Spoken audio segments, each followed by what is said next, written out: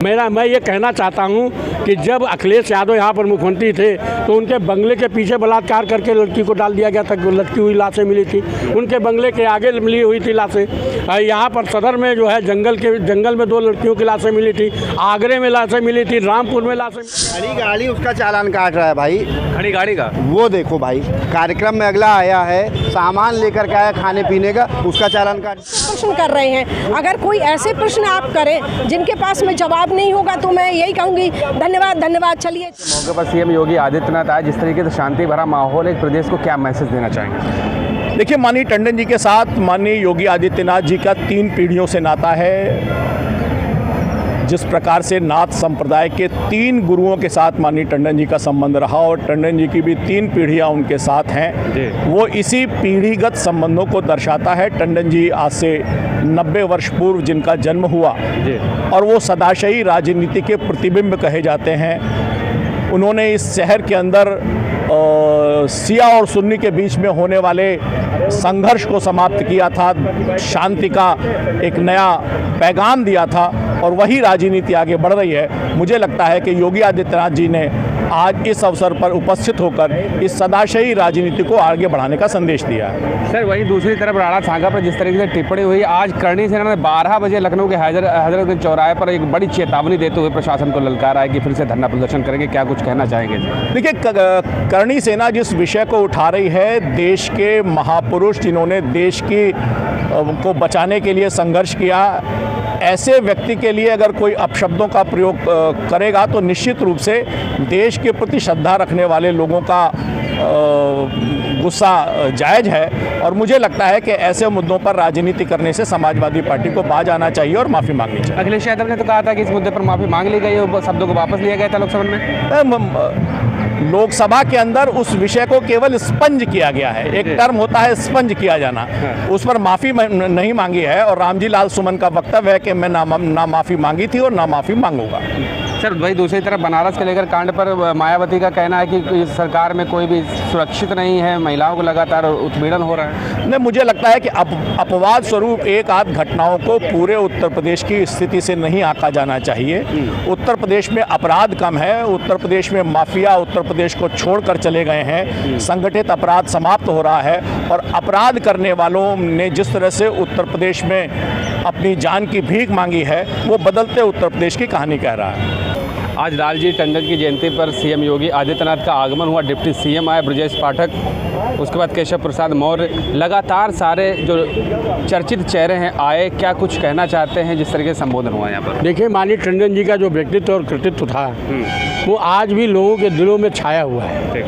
आज भी लोग गाए बगाए, आप लखनऊ के किसी भी कोने में चले जाइए तो माननीय टंडन जी के कार्य, उनके व्यवहार और उनके किए हुए कार्यों का जो सुंदर तरीके से जो कार्य निष्पादित किया, उसको लोग आज भी किस्से कहानियों की तरह लोग कहते हैं। यानी कि टंडन जी ने राजनीति के क्षितिज पर इतना ज़बरदस्त काम किया कि आज लोगों के हृदय में बसा हुआ है, वो मिटता नहीं है। और मैं आपसे एक बात कहना चाहता हूँ कि उत्तर प्रदेश के अंदर माननीय लालजी टंडन जी के द्वारा किए हुए कार्य जो ऐसे लगते थे कि जो हो ही नहीं सकते। जैसे आप चले आइए, ये रॉयल होटल है, रॉयल होटल के पास एक चौराहा था, वहाँ पर आए दिन एक्सीडेंट होते थे। लोगों ने साहब कहा क्या इसका उपाय है, तो मैं भी बैठा था, बाबूजी माननीय नगर विकास मंत्री थे, उन्होंने कहा इसका उपाय मुझे मिल गया। और उन्होंने विधानसभा अध्यक्ष से बात की और रात में वो जो है दीवार तोड़ दी गई और चौराहा चौड़ा हो गया, एक्सीडेंट होना बंद हो गया। ये उनके काम करने का तरीका था। दूसरी बात पे आइए, चौक के अंदर जो बुर्जियाँ थीं, आने जाने वाले लोगों को आए दिन जाम लगता था और लोगों ने कहा कि साहब इसको छुएंगे तो बवाल हो जाएगा, सांप्रदायिक उन्माद होगा। लेकिन माननीय टंडन जी ने सारे संप्रदाय के लोगों से बात करके और किस तरीके से सफाई के साथ वो बुर्जियों को रात जो है गायब करा दिया, पता भी नहीं चला, पूरा सड़क खुल गई। तो लोग माननीय टंडन जी के द्वारा लखनऊ में, ऐसे तो उन्होंने पूरे प्रदेश में उन्होंने काम किया, लेकिन माननीय लालजी टंडन जी के द्वारा खाली विशेषकर लखनऊ के अंदर जो पुराना लखनऊ हो, जो पूरा लखनऊ हो, एकदम से बदलता हुआ लखनऊ, इसलिए लोगों ने स्वतः उनका नाम विकास पुरुष के रूप में दिया। ये नाम किसी राजनीतिक दल के द्वारा दिया हुआ नाम नहीं है, ये जनता के द्वारा दिया हुआ नाम है कि विकास पुरुष। क्योंकि आप कल्पना करिए कि कि 5 रुपए रोज पर किसी को मकान दिया जा सकता है। ये माननीय लालजी टंडन जी की योजना थी कि 5 रुपए रोज पर उन्होंने मकान की योजना बनाई। जो रिक्शा चलाने वाला, खोमचा लगाने वाला, उसको भी अपना मकान मिलने का सौभाग्य प्राप्त हुआ।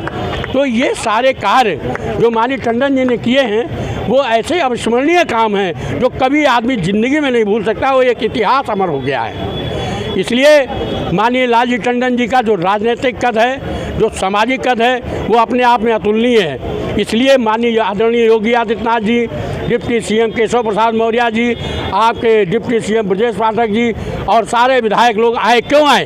क्योंकि माननीय समय समय पर ऐसा कोई भी व्यक्ति नहीं है जो माननीय टंडन जी के पास आया हो तो उन्होंने सलाह मांगी हो या सहायता मांगी हो तो वो कहीं पीछे नहीं हटे और कभी न कभी किसी न किसी समय हर एक के दुख में खड़े होकर के उन्होंने सहयोग प्रदान किया और इसलिए लोग उनको दिल से मानते हैं। समाज सुधारक, समाज में तत्काल प्रभाव से एक्शन लेने वाले, सुधारने वाले, समस्याओं का समाधान करने वाले, क्या ऐसा चेहरा आज बीजेपी के पास है? बीजेपी के पास ऐसा चेहरा अभी तो मुझे नहीं दिखाई देता है।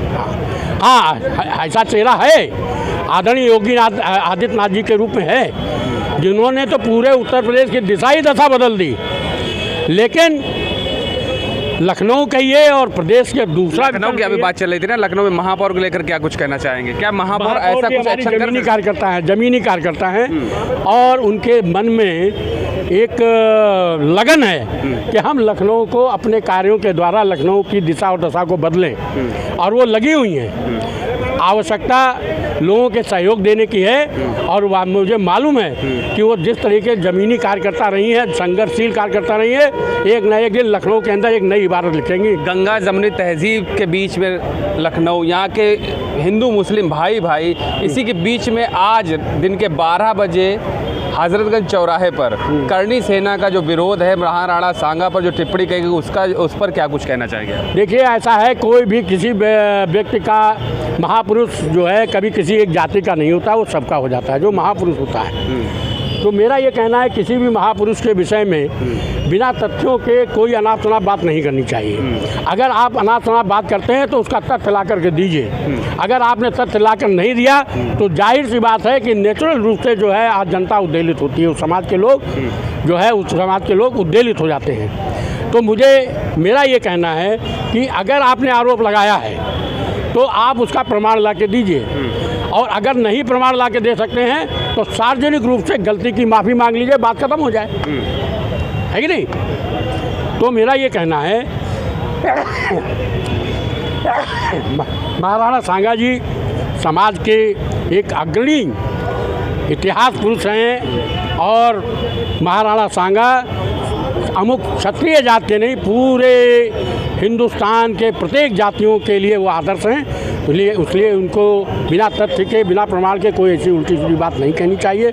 सिर्फ वोट की राजनीति, जात की राजनीति से किसी महापुरुष के बारे में उल्टी सीधी बात कहना ये अच्छी बात नहीं। अखिलेश यादव ने दैनिक जागरण जो प्रसिद्ध अखबार है, उस पर उसका बाइकआउट करते हुए अपनी प्रेस कॉन्फ्रेंस में कहा कि कोई भी पाठक इसको खरीदे नहीं, कोई भी नहीं पढ़ेगा समाजवादी पार्टी। ऐसा है कि वो अखिलेश यादव जी दिमागी रूप से दिवालियापन हो गए, उनका दिमाग खिसक गया। वो कहते हैं कि मैं ये चाहे ये करूं, मैं चाहे वो करूं, मेरी मर्जी।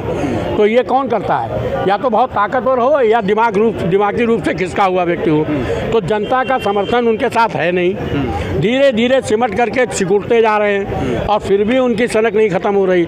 मुझे लगता है कि ये अपनी पार्टी को ख़त्म ही कर लेंगे इस चक्कर में।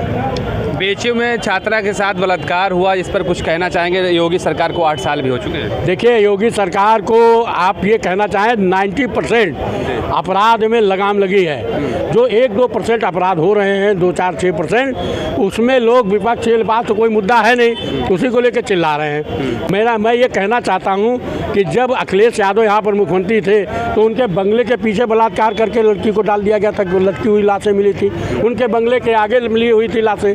यहाँ पर सदर में जो है जंगल में 2 लड़कियों की लाशें मिली थी, आगरे में लाशें मिली थी, रामपुर में लाशें मिली थी। तो जिस तरीके से एक श्रृंखलाबद्ध कार्य हो रहे थे अपराध के, आज वो श्रृंखलाबद्ध कार्य नहीं हो रहे हैं। इतना साहस नहीं है अपराधियों में कि आदरणीय योगी आदित्यनाथ जी के रहते इतना साहस नहीं है कि कोई भी श्रृंखलाबद्ध अपराध करके दिखा दे। जो इक्का दुक्का हो रहे हैं वो भी समाप्त हो जाएंगे। क्या क्या कुछ कहना चाहेंगे 2027 के इलेक्शन को लेकर? कहना क्या है, कहना कुछ नहीं है, सिर्फ कार्य करना है। जनता हमारे साथ है। मायावती ने कहा है कि कोई भी सरकार में सुरक्षित नहीं है, लगातार दलितों के साथ शोषण हो रहा है। देखिए, यही एक सच्ची बात ये है कि आज हमारी सरकार में सब सुरक्षित हैं। ये मायावती की सरकार हो या अखिलेश यादव की सरकार हो, यहाँ पर इलाके की पहचान माफियाओं के नाम से होती थी। चाहे डालीगंज चले जाओ, ये माफिया, इधर चारबाग चले जाओ, वो माफिया का इलाका। आज जो है माफिया तो नहीं है, इलाका है, लेकिन माफिया गायब है। यानी कि माफिया के नाम से इलाके की पहचान नहीं हो रही है, इलाके की पहचान इलाके से हो रही है। इसलिए अपराध के बारे में बिल्कुल 90% अपराध खत्म हो गए हैं, 10% बचे हैं, वो भी ख़त्म हो जाएंगे।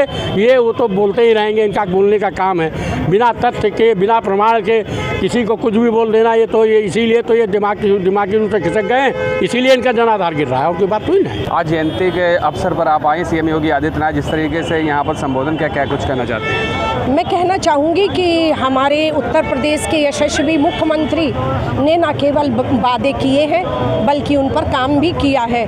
और जो परिवर्तन उत्तर प्रदेश में मैं देख रही हूँ, ना मैं केवल देख रही हूँ बल्कि इसको महसूस कर रही हूँ। 2002 में मैंने बहन मायावती को मुख्यमंत्री के रूप में देखा, उसके बाद मैंने अखिलेश जी को देखा, अब मैं योगी आदित्यनाथ जी को देख रही हूँ। तो एक सामान्य नागरिक होने के नाते मैं इस चीज़ को महसूस कर रही हूँ। देखना और महसूस करना दोनों में बड़ा फ़र्क होता है। और मैं बहुत खुश हूँ एक महिला होने के नाते, एक बेटी की माँ होने के नाते, कि हमें बीजेपी सरकार में, योगी जी की सरकार में सुरक्षा मिली है, विकास मिला है। और योगी सरकार को 8 साल पूरे हो गए। सुरक्षा व्यवस्था जैसा कि आपने बताया बहुत बढ़िया चल रही है। हाँ। बीएचयू में जो छात्रा के साथ बलात्कार हुआ, उस पर क्या कहना चाहती है? देखिए, वो एक घटनाएं, देखिए किसी का भी शासन हो, घटनाएं होना कभी बंद नहीं हो जाती हैं। तो कुछ ऐसी दुस्साहसिक घटनाएं हैं जो होती हैं, लेकिन हम ये कहें कि उन घटनाओं को रोका गया है और वो घटनाएं, इस तरह की घटनाएं रुकी हैं। लेकिन अब ऐसा तो पॉसिबल ही नहीं है कि कहीं पे भी घटनाएं ना हो। तो घटना तो हुई है और उसके प्रति जो है कड़ा से कड़ा दंड उन्हें मिलेगा और पूरा एक्शन होगा। इससे पहले जो था तो उसमें ये था कि घटनाएं आए दिन घटनाएं घटती थी और जिन पे ना एक्शन होता था, ना ही कोई सजा का प्राविधान था। तो अब एक आध घटना ऐसी होना चिंता की बात तो है, लेकिन उसका इलाज भी होगा। अखिलेश यादव ने अपनी प्रेस कॉन्फ्रेंस में दैनिक जागरण और भी एक चर्चित जो न्यूज़ चैनल था उसका बॉयकॉट किया है। क्या कुछ कहना चाहते हैं? क्या वो अखबार जो सच्चाई दिखाते हैं उनका बॉयकॉट किया? क्या कुछ? देखिए, ऐसा है कि उनके पास ना कोई मुद्दा है, कोई मुद्दा ही नहीं है। जब क्या बोले हम उनके लिए कि जब वो कुछ नहीं करते हैं। मैंने उनका इधर सदन में उनकी मैंने जो चलता है, सदन सत्र चलता है, उसमें मैं एक बार दर्शक दीर्घा में बैठी थी और मैंने उनको वहाँ देखा और सुना। जैसे ही हमारी पार्टी का है या बीजेपी पार्टी, सत्ता की पार्टी, बात करना, मुद्दे रखना बंद करती हैं और उनके काम पे प्रश्न चिन्ह लगाती हैं, तो उनके पास जवाब देने को कुछ नहीं होता है और वो बॉयकॉट करके उठ के निकल जाते हैं। तो वो यही कर रहे हैं क्योंकि उनके पास जवाब नहीं है। जब व्यक्ति के पास जवाब नहीं होगा, जैसे आप मुझसे प्रश्न कर रहे हैं, अगर कोई ऐसे प्रश्न आप करें जिनके पास में जवाब नहीं होगा, तो मैं यही कहूँगी धन्यवाद, चलिए। तो उनके पास जवाब नहीं है ना, जो उनके ऊपर प्रश्न चिन्ह लगे हुए हैं, इसलिए वो बॉयकॉट। क्या लगता है फिर इस तरीके से अगर अखिलेश यादव करते रहे तो 2027 में क्या रूप देखेंगे? उनका तो कहीं अता पता ही नहीं है। हमारे योगी जी ने उत्तर प्रदेश में जो काम किया है, बीमारू प्रदेश को उत्तम प्रदेश बनाने का कार्य किया है। मुझे पूर्ण विश्वास है कि 2027 में वर्क इज लाउड। जो काम प्रदेश को मिला है, जो काम मिला है, वो बोलेगा। मैं दूसरी तरफ अब महाराणा सांगा पर जिस तरीके से टिप्पणी हुई, उसके लालजी टंडन ने कहा कि माफ़ी नहीं मांगेंगे और लगातार करणी सेना का विरोध बढ़ रहा है। आज लखनऊ प्रशासन को दिन के 12 बजे हजरतगंज चौराहे पर बड़ा आंदोलन करने के जो संदेश दिया गया था, क्या कुछ कहना चाहते हैं आक्रोश में? हाँ, नहीं, वो क्या है कि कई बार व्यक्ति अपने काम और गुडविल से अपनी पहचान नहीं बना पाते हैं, तो कई वो इस तरह की चीप बयानबाजी करके और चीप पब्लिसिटी को गेन करने का प्रयास करते हैं और ये घटना उसी को दर्शाती है। राजेंद्र शुक्ला, पूर्व पार्षद, मेरी पत्नी रेणु शुक्ला, पूर्व पार्षद। कहाँ से? सन्याल वार्ड, मध्य विधानसभा क्षेत्र, लखनऊ। और लालजी टंडन, स्वर्गीय लालजी टंडन, स्वर्गीय अमित, उनके बेटे अशोक टंडन को मैं व्यक्तिगत रूप जानता था। तो मैं जब कर्मचारी था तो लालजी टंडन बाबूजी सभासद थे। मैं टंडन से मेरा बहुत ही प्यारा संबंध था और उसके बाद में उनके बेटे विधायक हुए तब भी उनके साथ में रहा।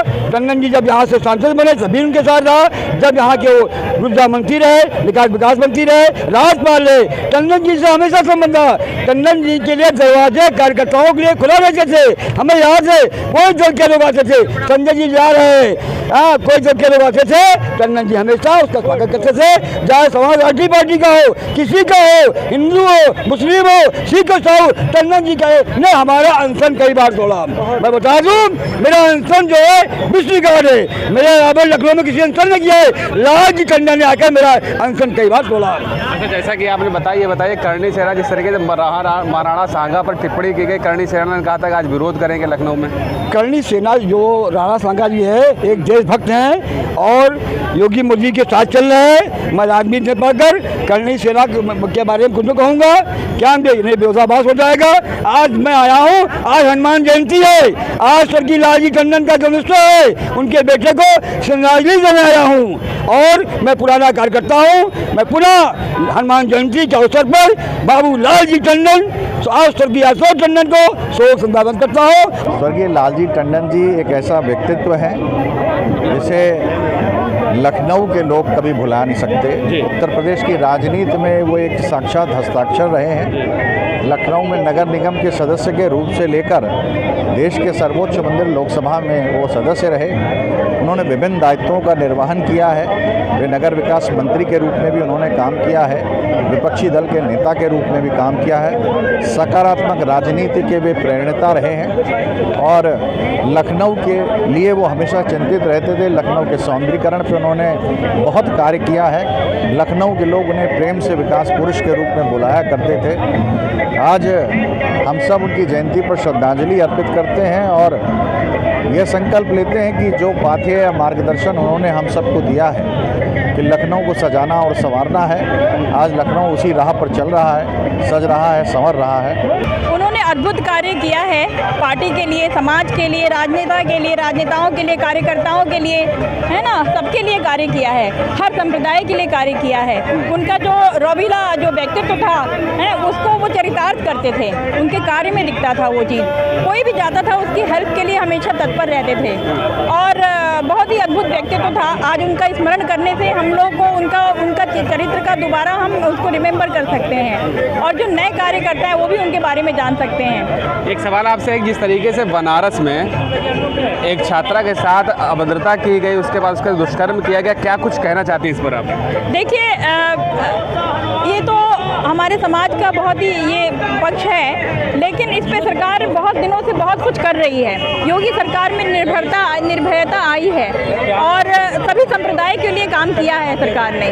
कल एक धरना प्रदर्शन हुआ था जिसमें महिलाएं ही कह रही थी कि अब इस सरकार में हम रात के दिन हो चाहे रात के 12 बजे सुरक्षित महसूस नहीं करते। आपने अपने इससे पहले आपने एक बाइट में दिया था कि कोई भी महिला जाती है तो रात में अपने आप को सुरक्षित महसूस करती है। मैं नहीं बोला था और आज भी मैं उस पर अटी हूँ, क्योंकि जो है ना, जो महिलाएं हैं वो अभी भी सुरक्षित हैं और आगे भी रहेंगी।